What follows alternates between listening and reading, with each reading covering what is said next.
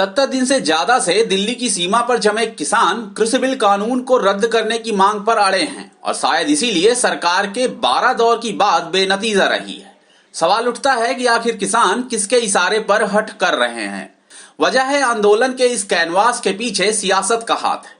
40 से ज्यादा किसान संगठन अगर सड़कों पर हैं तो 20 से ज्यादा राजनीतिक दल और 10 से ज्यादा ट्रेड यूनियन आंदोलन के बहाने अपनी अपनी रोटियां सेकने में जुटे हुए हैं। सवाल यह भी है कि कृषि बिल से जो नफा नुकसान होना है वह किसानों का होना है, तो फिर सियासी दलों को क्या मिलना है?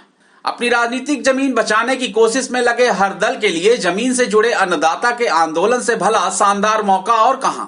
26 जनवरी की हिंसा, तिरंगे का अपमान और घायल पुलिस के जवान, किसी भी मसले पर विपक्ष के मुंह से आवाज नहीं निकली। आखिर सोचने की बात है कि किसान अपने वजूद, खेत और अपनी मेहनत की कमाई के लिए दिन रात सड़क पर है, लेकिन एक और तबका है जो चाहता है कि न किसान माने और न सरकार। यही तबका अपनी सियासी जमीन पर राजनीति की फसल चमका रहा है और किसान से कह रहा है कि हम साथ साथ हैं। किसान देश के अन्नदाता भी हैं और हर राजनीतिक दल के वोट बैंक भी। कृषि बिल के खिलाफ छिड़े आंदोलन के नफे नुकसान को सरकार भी समझ रही है, इसीलिए वो किसानों को नाराज करने की बजाय हर तरह से मनाने में जुटी है।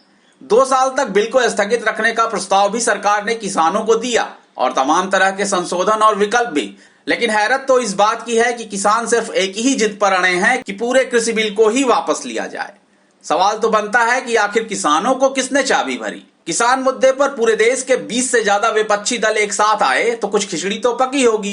5 राज्यों में मई में चुनाव होने जा रहे हैं। आंदोलन की आंच इन राज्यों में भी पहुंच रही है। कुछ सियासी दलों में आपसी मतभेद हैं, बावजूद इसके वो सरकार को बैकफुट पर लाने के लिए किसी भी हद तक जाने को तैयार हैं, चाहे इसके लिए विदेशी कलाकारों का सहारा ही क्यों ना लेना पड़े।